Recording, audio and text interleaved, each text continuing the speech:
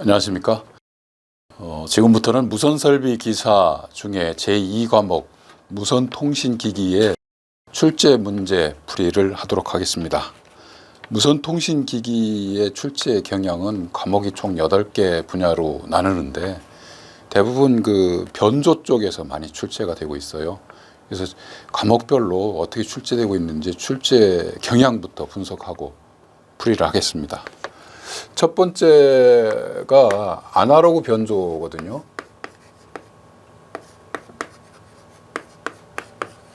이 아날로그 변조는 보면 AM, FM, PM 뭐 이런 변조 방식들인데 전통적으로 2018년부터 22년도까지 쭉 문제를 분석해 봤을 때 약 아날로그 변조에서 약 4문제 정도가 출제되고 있습니다. 굉장히 많은 비중을 가지고 출제되고 있습니다. 그래서 여러분들 이 아날로그 문제 변조를 잘 보셔야 되고요. 두 번째는 이제 디지털 변조입니다. ASK, FSK, PSK, QAM, 뭐 요즘에 이제 OFDM 까지 해서 이렇게 출제되고 있고 여기에다가 플러스 뭐 이동통신 기술 요거까지 포함해서 여기도 마찬가지로 한 4문제 정도가 출제됩니다. 요 두 과목 가지고 8문제가 출제되거든요. 굉장히 많은 비중으로 출제되고 있습니다. 그래서 무선통신기기 쪽에 아날로그 디지털 변조를 잘 중점적으로 보셔야 되고요. 그 다음에 이제 레이더 시스템이 있습니다.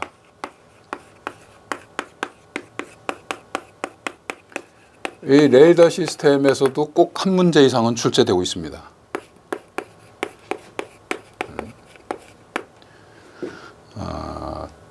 네 번째 과목은 무선 항법 시스템인데요. 무선 항법 시스템에서도 꼭 1 내지 2문제가 출제되고 있다.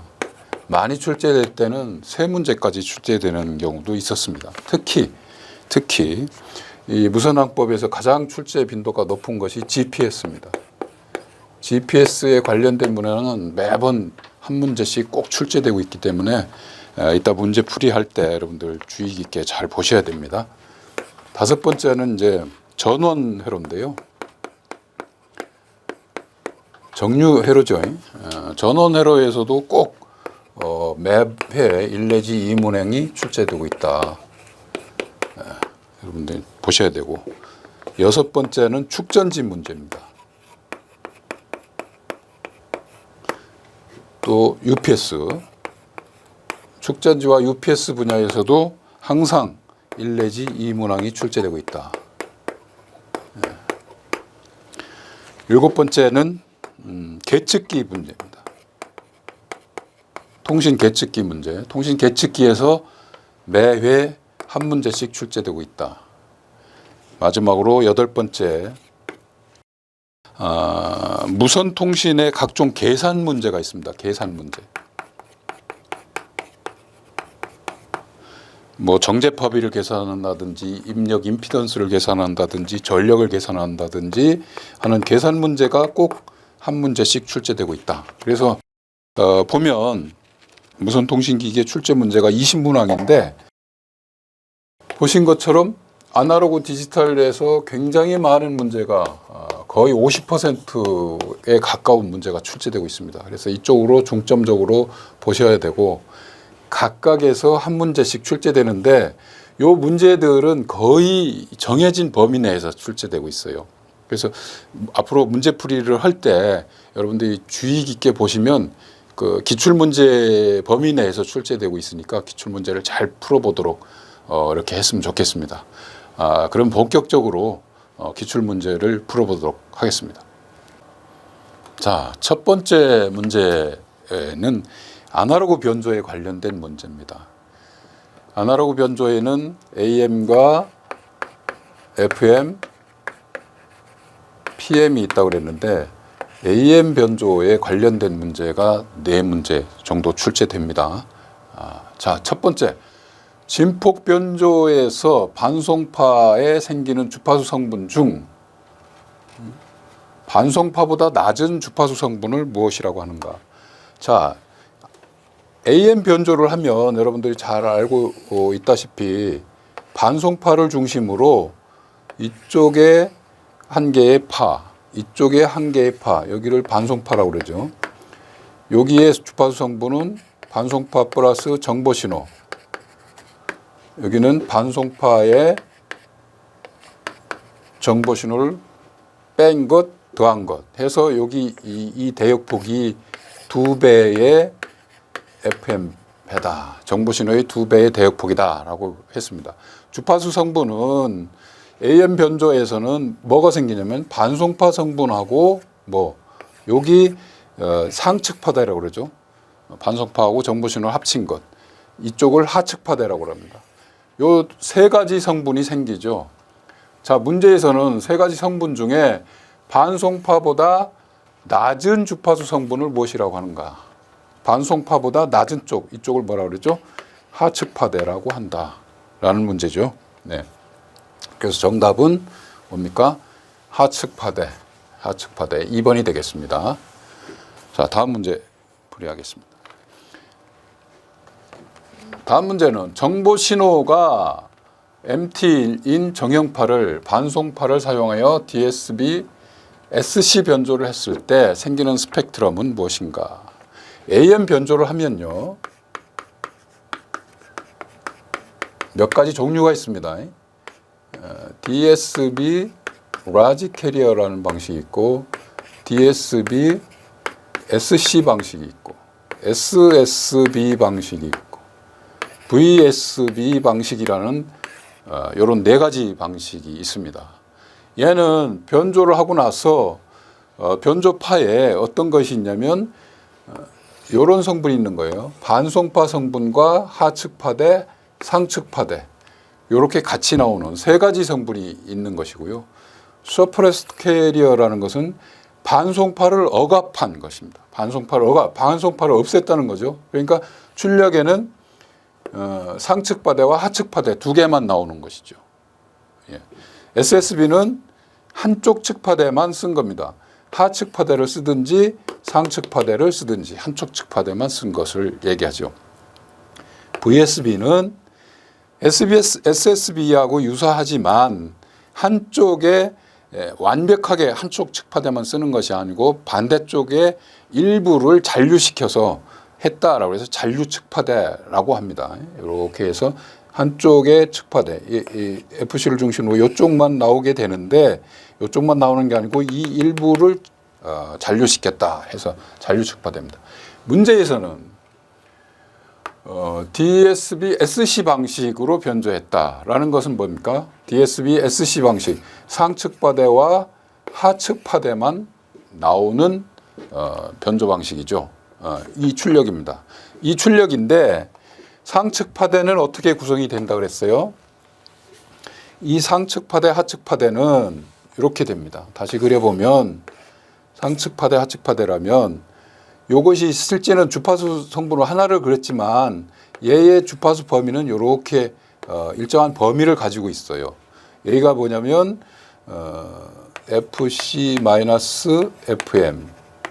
FC 플러스 FM, 여기는 마이너스 FC 성분이죠. 0을 중심으로 두 개의 측파대가 생기는데 0을 중심으로 플러스 FC가 있고 마이너스 FC가 있어요. FC를 중심으로 이렇게 범위가 있는 거죠. 그러니까 주파수 성분을 봤을 때는 이렇게 나옵니다. 마이너스 FC, 마이너스 FM, 마이너스 FC, 플러스 FM, 마이너스 FC, 마이너스 FM, 마이너스 FC, 플러스 FM. 이게 이제 하측파대 성분입니다. 여기는 하측파대. 상측파대는 어떻게 해요? 플러스 FC, 마이너스 FM이죠. 여기는 FC, 플러스 FM입니다. 이렇게 나옵니다. 여기 성분은 상측파대 성분입니다. 그래서 정답은 3번이겠죠. 이렇게 여러분들 이해하시면 좋을 것 같습니다. 자, 다음 문제는 스펙트럼 변조 효율이 가장 좋은 SSB 신호에 해당되는 것. SSB 신호는 어떻다고 그랬습니까?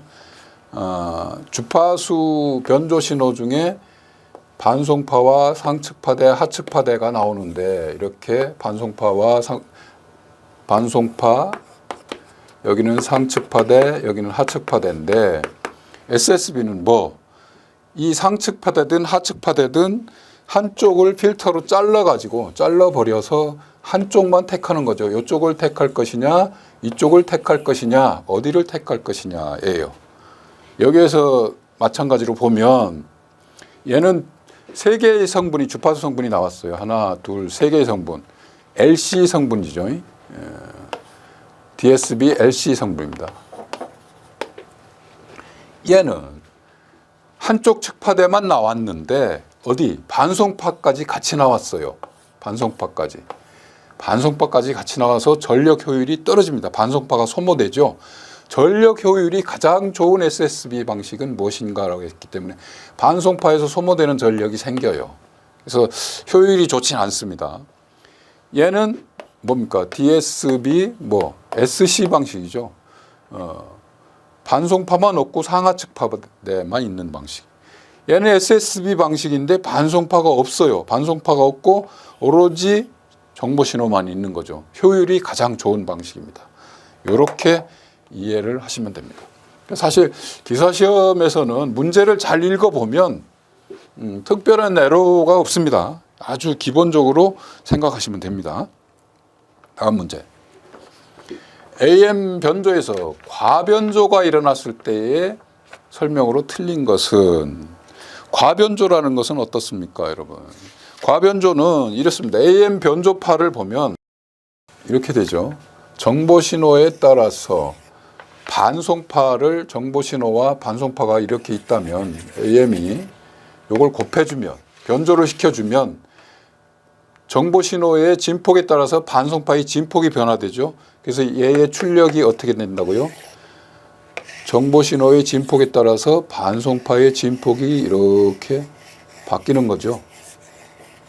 이렇게 바뀝니다. 이렇게 바뀌어요. 이 가운데를 FC를 중심으로 했을 때 이쪽을 상측파대, 우리는 하측파대라고 하지요. 이렇게 하는데 요 변조도라는 것은 변조도는 변조의 상태에 따라서 요것이 이 엔벨로프가 이게 위로 올라갔다 내려갔다 이렇게 할 수 있거든요. 그래서 요것이 변조가 돼서 이렇게 만약에 내려왔을 때는 어떻게 돼요? 파형이 이렇게 겹치게 되죠. 예. 이렇게 겹치는 이런 현상을 우리는 과변조라고 그래요. 과변조. 변조도가 1 이상이면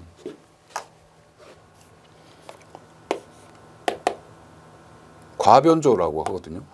거꾸로 썼죠. 이 가변조가 되면 상당히 성능적으로 문제가 되죠. 성능이 떨어지고 그렇습니다. 그래서 과변조 있을 때는 어떻게 했냐면 변조도가 1 이상이다. 변조 지수가 1 이하일 경우에 발생한다가 아니죠. 여기서는 2 이상일 때 발생합니다. 비변조폐에 많은 고조파들이 생기는 거예요. 그러니까 변조됐을 때 이런 잡음들이 많이 생긴다는 거죠. 여기에 문제가 생기는 거죠. 그래서 품질도 떨어지고 명료도도 떨어지고 점유 대역폭도 넓어지는 이런 문제가 있습니다. 그래서 여기에서는 잘못된 것은 했기 때문에 변조도가 얼마? 1보다 컸을 때를 과변조다라고 얘기한다는 거죠. 예. 개념적으로 아시면 될 문제입니다. 다음 5번 문제. AM 송신기에서 기생진동의 방지에 대한 설명으로 틀린 것은, 기생진동이라는 것은 뭐냐면 이제 송신기는 어떻게 해요? 변조해서 주파수를 만들어서 고주파를 하기 때문에 이 발진기를 사용하게 돼요. 발진기에서 주파수를 만들어 가지고 이제 큰 주파수를 만들어서 증폭시켜서 나가잖아요. 발진기에서 주파수를 만들어낼 때 주진동 외에 다른 진동, 주진동, 내가 목적하고자 하는 주진동 외에 다른 요인에 의해서 발진 조건이 맞아가지고 주파수가 생기는 경우가 있어요. 그런 것들을 기생진동이다라고 얘기를 합니다. 이런 기생진동이 발생하는 것은 불완전한 회로 구성이라든지 불완전한 부품, 불량 부품, 배치를 잘못했다든지 그다음에 발전기의 성능이 좀 떨어진다든지 이런 거 했을 때 생기는 거거든요. 그래서 여기서 문제에서 뭐라고 했습니까? 기생진동의 방지 방법에 대한 설명으로 틀린 것은 방지 방법은 뭐겠습니까? 발전기를 좋은 걸 써야 되고 부품을 좋은 걸 써야 되고 배선을 잘해야 되고 불완전한 회로 구성을 하지 말아야 되겠죠. 근데 자 예물 볼까요? 스켈치 회로를 사용하고 발진기를 A급으로 동작시킨다. 스켈치 회로라는 건 뭐예요? 스켈치 회로. FM 수신기에서 잡음이 들어오는 것이 잡음이 들어왔을 때 신호 세력보다 잡음 세력이 크게 되면 칙 소리만 나게 돼요. 굉장히 잡음이 들어오죠. 이 칙 소리만 나는 잡음을 억제해주는 그런 회로죠. 그 송화 차단 회로라고 그랬죠. 송화 차단 회로. 이거는 어디에서 쓰냐? 수신기에서 사용합니다. 문제는 AM 송신기에서 기생진동을 했죠. 얘는 FM 수신기에서 발생되는 것을 스켈치 회로라고 그래요. 그래서 여러분들 이 문제는 스켈치 회로가 어떤 것인가를 이해하면 아마 쉽게 풀 수 있는 문제였으리라고 생각이 됩니다. 나머지는 보시는 바와 같이 다 기생진동 방지 방법이 되겠습니다. 6번째 문제. AM 변조에서 반송파 전압이 10V, 변조도가 8일 때 상측파대 전압은. 자, 이런 문제가 매회 자주 출제되는 경향이 있어요. 상측파대 전압은 혹은 하측파대 전압은 이렇게 나오는데, 자, AM에서의 변조도, AM의 변조도는 변조의 정도를 나타내는 것인데 변조도를 우리는 통상 M이라고 표현합니다. M이 1보다 크면 과변조라고 그랬어요. M이 1이면 그 완벽한 변조입니다. M이 1보다 작으면 우리는 일반적으로 M이 1보다 적죠. 그래서 0. 얼마의 변조, 몇 %의 변조 이렇게 합니다. 여기는 변조도가 80%이다라고 했는데 80%는 0.8이라는 건요. 얘기입니다. 변조도는 어떻게 구하냐면 변조도는 반송파의 전압분의 정보신호의 전압 이렇게 구할 수 있어요. 이렇게. 자, 변조도가 2일 때 신호에는 변조 신호에는 반송파 전압과 상측파대, 하측파대 이런 신호 성분이 나온다 그랬어요. 이 신호 성분은 반송파가 예를 들어서 요 상측파대든지 하측파대의 전압은 이 반송파 전압하고 어떤 관계가 있냐면 이래요. FC 플러스 FM인 상측파대의 전압은 얘는 얼마냐면 2분의 AM. 반송파, 정보신호의 반이라는 거죠. 얘의 반. 얘도 마찬가지로 정보신호의 반이에요. 여기가 얼마? 2분의 AM. 얘도 2분의 AM이에요.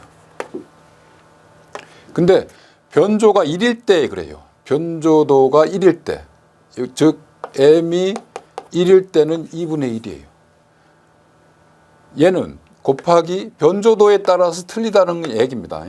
즉 요거의 전압은 변조도가 얼마나에 따라서 상하측파대의 전압은 어떻게 구하냐면 2분의 AM 공식이죠. 곱하기 변조도 M 요 공식이 있습니다. 요거에 따라 틀려져요. 자, 그러면 여기 문제에서 주어졌죠. 반송파 전압이 얼마? 10V일 때 전압은 상측파 대 하측파 대 전압은 얼마? 2분의 10V일 때 변조도는 얼마? 곱하기 변조도 0.8 얼마죠? 4V겠죠. 네. 4V. 공식을 아시면 됩니다. 그래서 상측파 대 하측파 대일 때의 전압 구하는 공식. 상측파 대든 하측파 대든 2분의 M V 반송파 전압 이렇게 생각하시면 된다. 다음 문제.